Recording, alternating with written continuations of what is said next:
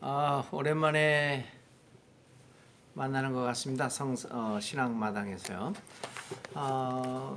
계속해서 사실 줌으로 실황을 실시간 만남을 해보려고 노력을 많이 해봤지만 여러 가지 일정 때문에 그 시간을 맞추는 게 참 어려웠습니다. 그리고 여러분들도 직장에 돌아오는 것 또 가정과 개인 일이 여러 가지 복잡하게 또 다양하게 얽혀 있어서 매주 그 시간마다 이렇게 실시간으로 하는 것이 좀 어려워졌습니다. 그래서 이번부터는 이렇게 동영상을 통해서 여러분들과 만나보기로 하겠습니다. 그리고 가끔 또 서로가 여유와 시간이 된다면 또 실시간 줌을 통해서 서로 주고받는 쌍방 그 통행을 소통을 하는 그런 모습도 한번 그런 기회도 가져보려고 합니다. 일단은 우리가 계속해서 이 신앙마당을 통해서 우리 기독교 믿음에 대한 깊이를 더해갈 필요가 있기 때문에 이렇게 짧게나마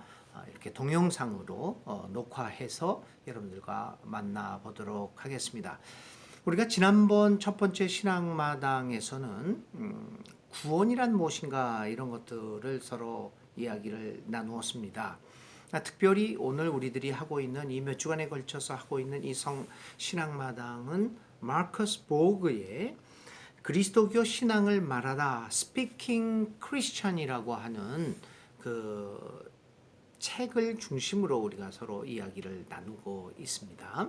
그 책을 여러분들이 구입해서 한 번씩 읽어보시면 굉장히 신앙에 많은 도움을 되고 또 깊은 신앙의 세계로 나아갈 수 있게 될 것입니다. 오늘 두 번째 우리가 다룰 주제는 성서입니다.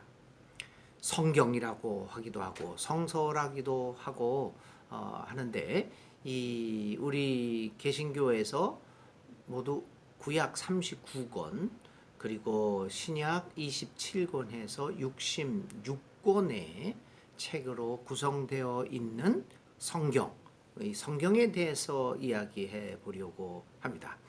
여러분들에게 성경은 무엇입니까? 성경하면 사실 생각해 보면 기독교 신앙의 핵심이다.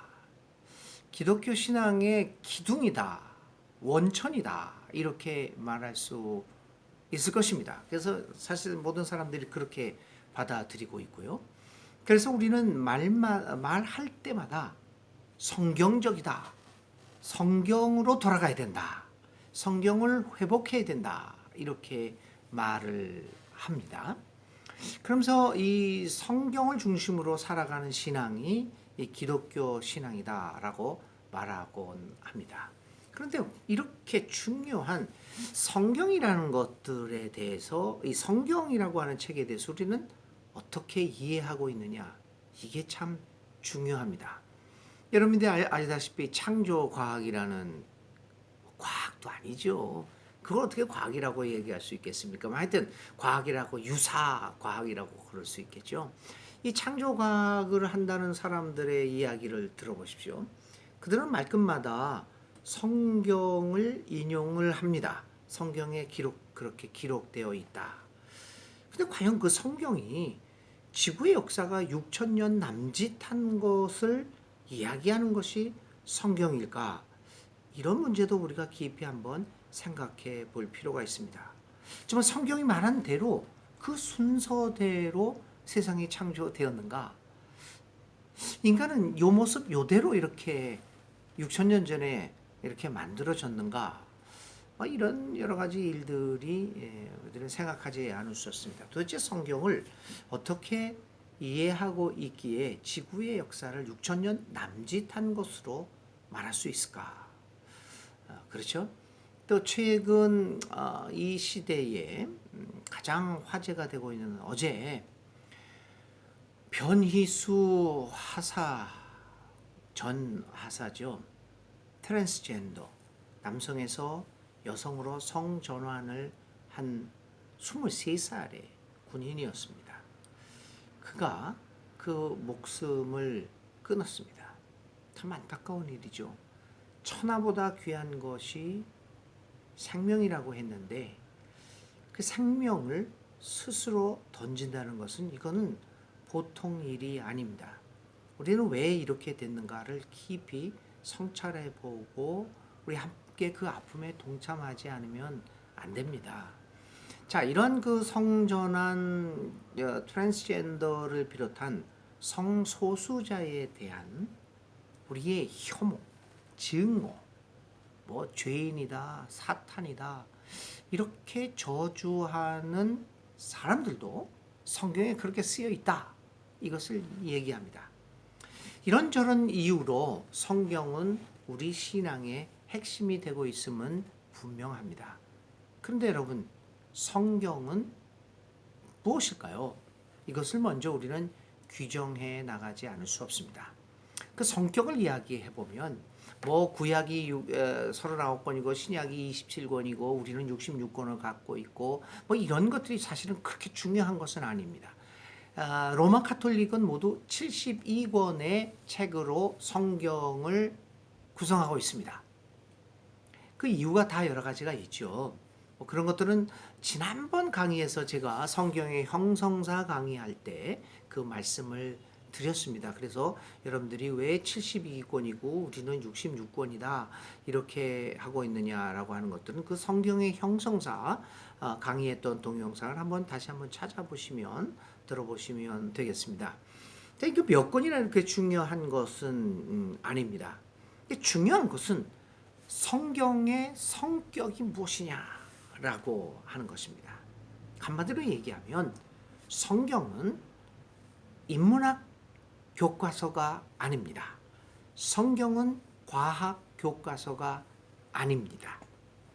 신앙을 가진, 하나님을 믿는 신앙을 가진 사람들이 이 세계를 해석하고 우리의 인생을 해석하고 이 우주를 바라보는 관점들, 그런 것들을 기록해 놓은 종교 서적입니다.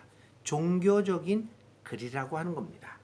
그래서 이 성경에는 그 당시에 사람들의 세계관, 신관, 우주관, 그리고 인생관들이 포함되어 있는 것입니다. 그래서 그들이 이 성경에서 사용했던 단어들은 굉장히 다양한 단어들로 구성이 되어 있습니다.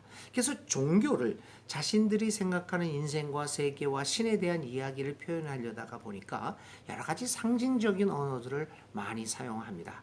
여러 가지 문학적인 장르들도 사용하게 됩니다.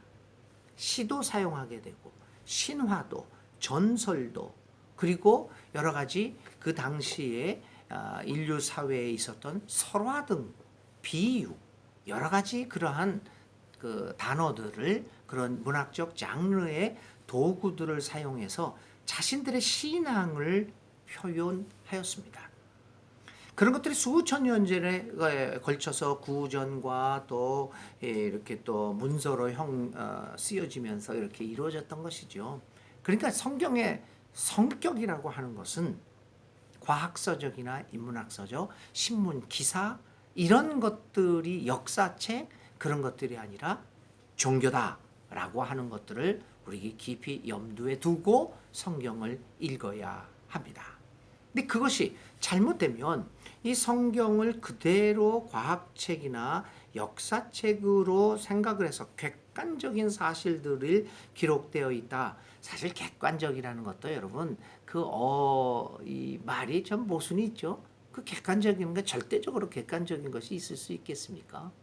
내 눈으로 보고 내 귀로 듣고 내 입으로 말을 하는데 어떻게 100% 전혀 오류가 없는 순전 절대적 객관적이라는 것이 있을 수 있겠습니까? 뭐 팩트라는 것도 마찬가지 아니겠습니까? 이 객관적 팩트다. 객관적 사실이다.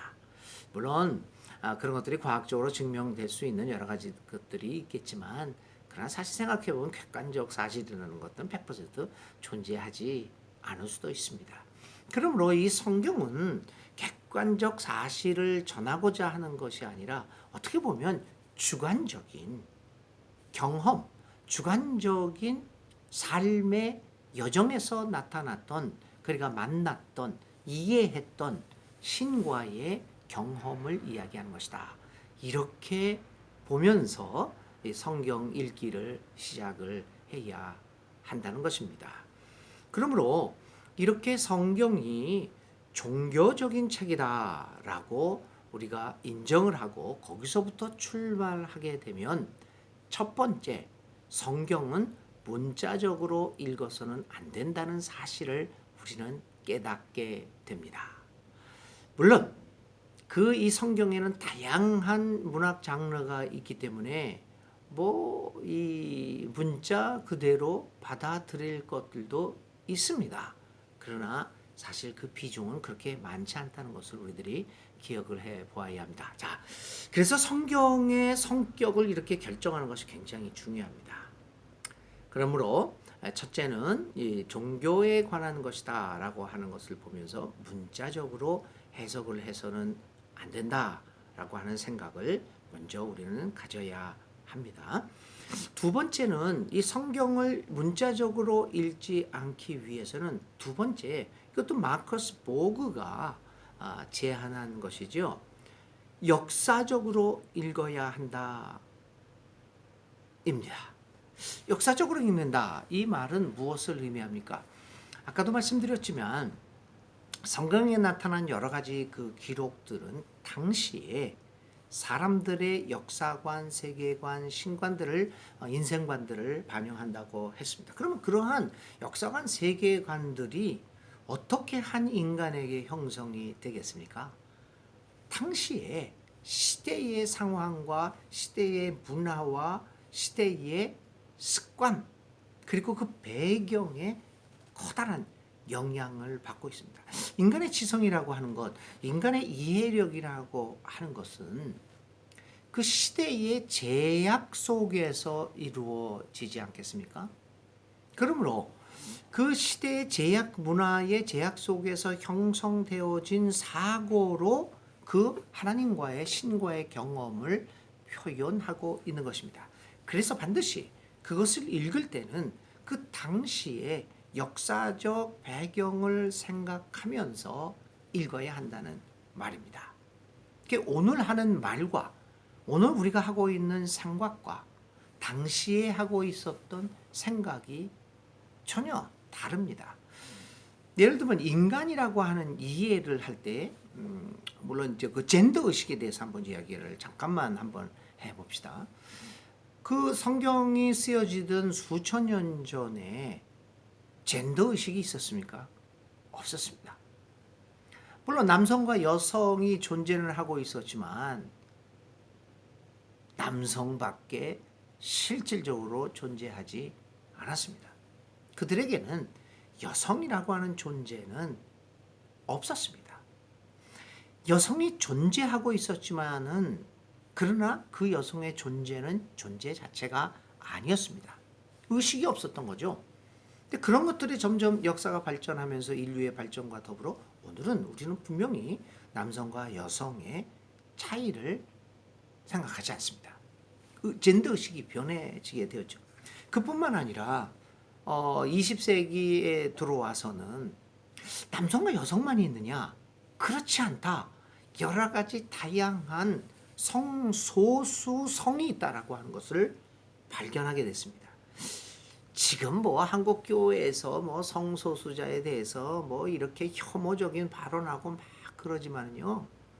이거 한번 몇십 년, 10년, 20년 후를 한번 생각해 보십시오. 참 부끄러운 발언들 많이 지금 우리들이 하고 있는 것입니다. 아니 불과 몇십 년 전에 우리 여성에 대해서 어떻게 이야기를 했습니까? 아직도 그런 교단이 있기는 하지만 여성은 성직자가 될 수 없다. 저 교회 강단에도 올라갈 수 없다. 그런 얘기를 하는 시대에 뒤떨어진 정말 말도 안 되는 그런 사람들 밑에서 그 집안의 딸들은 어떤 삶을 살고 있을까 참 걱정도 됩니다만은 자 그런 생각을 아직도 하고 있는 사람들이 있지만 지금 오늘 여성에 대해서 우리가 그렇게 말할 수 있겠습니까? 얼마나 부끄러운 일입니까? 그 불과 몇십 년 전의 이야기였습니다.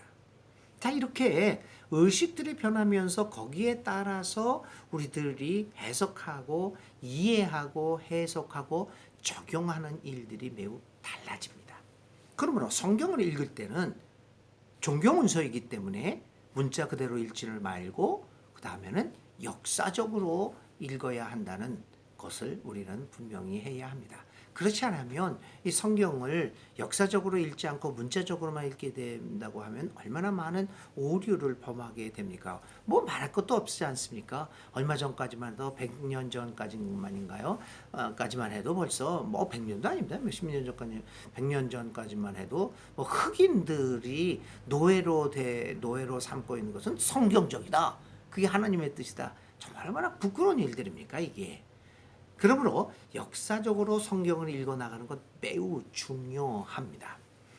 두 번째로 성경을 문자로 읽지 않기 위해서는 두 번째는 마커스 보그가 기독교의 심장에서 제시한 것처럼 은유적으로 읽어야 합니다. 문자에 반대되는 것이 반대라기보다는 어떤 대치되는 개념으로 은유라고 하는 개념을 볼 수가 있겠습니다. 뭐 비유라고 그럴까요? 빗대어서 말하는 거죠. 그뿐만 아니라 빗대어서 말하는 것뿐만 아니라 여러 가지 다른 상징적인 도구를 써서 표현을 하는 것을 은유라고 이야기를 할 수가 있습니다. 제가 늘 하는 이야기 중에서 시 같은 거를 보면 시는 굉장히 은유적인 이야기를 합니다. 제가 아주 좋아하고 잘 알고 아끼고 존경하는 우리 제가 순천에서 담임했던 교회에 은퇴 안수 집사님 나이 많이 드셨습니다. 이제 양동식 집사님이라고 하는 분이 있는데 한의원을 하시는데 또 시도 쓰고 그러셔요. 아주 본래 시인을 참 잘 쓰십니다. 시인 출신이 시인이시죠. 그분의 시는 굉장히 짧습니다. 그 중에 하나 제가 아직도 기억나는 게 뭐냐면 우산이라고 하는 시입니다. 거기서 언뜻 생각나는 게 뭐냐면 우산은 우산을 쓰지 않고 비를 맞는다예요. 그 짧은 구절 속에서 많은 것들을 느끼게 됩니다. 그게 은유입니다. 시는 은유입니다. 많은 말이 필요 없습니다. 짧은 말 속에서 어떤 상징 속에서 여러 가지 다양한 의미들을 우리에게 던져주고 있지 않습니까? 이제 그것이 은유라고 하는데 성경은 그런 것들로 가득 차 있음을 우리는 보아야 합니다. 특별히 예수님의 말씀을 예수님의 생애를 기록하고 가르침을 기록한 이 사복음서를 읽을 때는 특별히 그 예수님의 이적 같은 것 그런 것을 볼 때 그 은유적인 의미들을 많이 찾아보아야 합니다. 이 크로산이라고 하시는 분은 참 그런 것들을 예를 들면 예수 그는 누구인가 Who is Jesus라고 하는 아주 짧은 책인데요. 그 책을 보시거나 혹은 예수라고 하는 책도 있어요. 크로산의 그 혁명적 농부의 혁명적 전기인가 그렇게 돼 있을 겁니다. 도미니크 크로산의 그분 같은 경우에 그렇게 책을 읽어보면 예수님의 이적이나 예수님의 비유들을 얼마나 은유적으로 잘 해석해서 우리에게 하구나 하는 반응을 일으킬 만큼 잘 해석을 해서 우리에게 보여주고 있습니다. 그 은유를 통해서 은유적으로 이 성경을 읽는 것이 굉장히 중요합니다. 그럴 때 그 신앙이 그 성경이 우리의 마음과 우리 신앙을 풍요롭게 만들어줍니다. 마지막으로 마커스 보그는 성경을 읽을 때 성례전적으로 읽어야 한다라고 얘기를 합니다. 이 말은 저는 이렇게 해석을 합니다. 역사적, 은유적으로 읽지만 우리가 이성적으로 읽으면서도 또 한편으로 성경을 영적인 측면에서 신비의 측면에서 또 읽어야 한다는 의미로 저는 이해를 하고 있습니다. 성례전이라고 하는 것, 이 성례라고 하는 것 자체가 하나님과의 어떻게 보면 주관적인 만남이라고 볼 수 있습니다. 객관적인 만남보다는 주관적인 자기의 경험적인 것이라고 이제 볼 수가 있겠죠. 근데 그래서 어떠한 성경을 읽을 때 역사적이고 은유적이고 이성을 통해서 분명히 읽어야 하지만 신비의 영역에 여유를 두면서 이 성경을 읽어야 한다라고 하는 것입니다. 물론 그래서 이 역사적, 은유적, 이 성례전적인 읽기가 삼위일체적으로 조화와 균형을 맞추면서 우리에게 성경을 제대로 이해하고 또 역사의 발전 속에서 우리의 삶의 현장에서 역동적으로 읽어갈 수 있게 만듭니다. 그래서 오늘 우리에게 성경은 이런 식으로 읽어갑니다. 마지막으로 한 가지만 더 말씀드립니다. 성경을 어떻게 읽어야 할까? 제가 전공한 해방신학에서는 해석학적 순환이라고 하는 것을 얘기합니다. 해방신학은 어떠한 성찰보다는 먼저 실천을 하게 됩니다. 그러니까 이웃을 사랑하라 라는 말이 있죠. 이웃을 사랑하라고 하면 성찰적으로 하다 보면 여러 가지로 의미를 할 수 있겠어요. 이웃이 누구냐 라는 질문을 할 수 있겠고요. 그래서 이웃이 누군가에 대해서 이론적으로 또 이성적으로 파악을 하게 됩니다. 사랑의 의미는 무엇일까?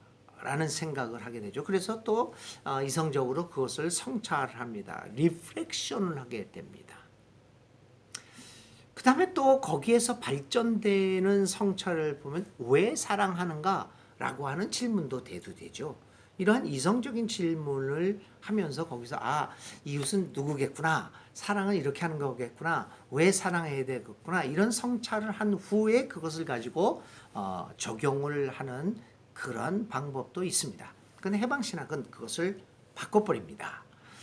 사랑이 뭐냐, 이웃이 누구냐, 이런 것을 이론적으로 따지기 전에 현재 내 상황에서 만나는 사람을 이웃으로 보고 그 이웃이 공경에 처해 있다면, 여러 가지 어려움에 처해 있다면 그 상황에 맞게 도움을 베풉니다. 섬깁니다. 함께 투쟁에 참여합니다. 그러니까 행동을 먼저 하게 되죠. 프락시스라는 말을 합니다. 그 행동을 먼저 합니다. 그리고 나서 이 행동이 성경적인 의미에서 이 예수님의 이웃사랑하고는 어떤 관계가 있는가라고 성찰을 하게 됩니다.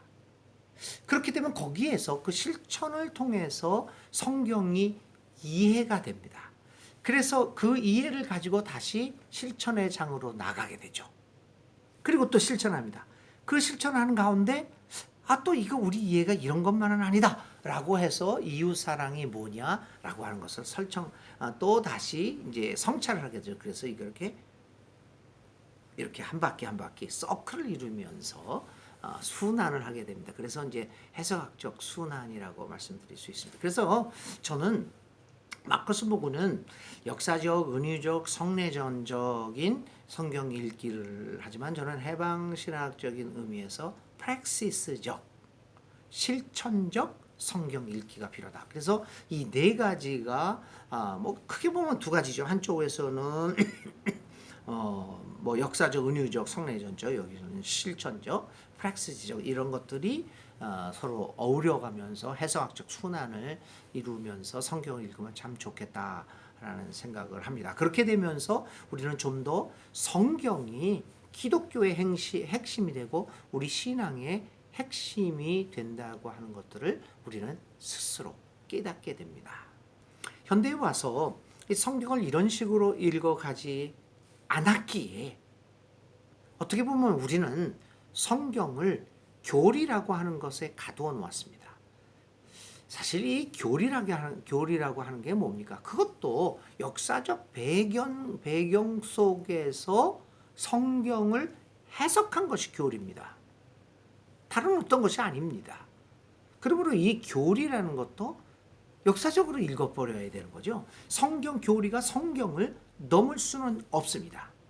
벌써 16세기, 17세기에 살던 사람들이 해석해 놓은 것이, 성경을 해석해 놓은 것이 우리들 오늘 갖고 있는 교리입니다. 이게 불변한다? 저는 그렇지 않다고 생각합니다. 변해야 합니다. 성경의 해석에 따라서 우리가 17세기 500년 전 아닙니까? 16세기 500년 전 그때 했던 해석을 아직도 하고 있다. 이거는 좀 문제가 심각하죠. 하나님의 말씀을 살아있는 말씀이 아니라 죽어있는 말씀으로 만드는 그런 어리석은 행동입니다. 그러므로 성경을 역사적, 은유적, 그리고 성례전적, 그리고 해방적, 실천적으로 해석을 하면서 교리와의 대화를 통하여 오늘 이 시대에 알맞는 해석들을 해 나가야 합니다. 그렇게 할 때 성경은 오늘 우리들의 신앙을 지탱해주고 유지해주고 인도해주는 정말 살아있는 하나님의 말씀으로 다가오게 될 것입니다. 이 강의를 들은 여러분들에게 성경이 진정한 의미에서 저 책장 속에 꽂혀 있고 그리고 주일마다 일주일에 한 번씩 꺼내보는 책이 아니라 매 순간의 삶에서 나의 삶의 등불이 되어 될 수 있는 살아있는 하나님의 말씀으로 여러분의 다가가기를 간절히 기도드립니다. 다음 동영상에서 또 만나겠습니다. 되도록이면 제가 동영상을 20분에서 30분, 20분 정도로 끊으려고 노력을 하는데 오늘도 조금 더 길어졌습니다. 이 말 많은 사람이 이렇게 말을 하다 보니까 점점 길어지는군요. 다음 동영상에서 또 반갑게 뵙습니다. 늘 건강하고 행복하십시오.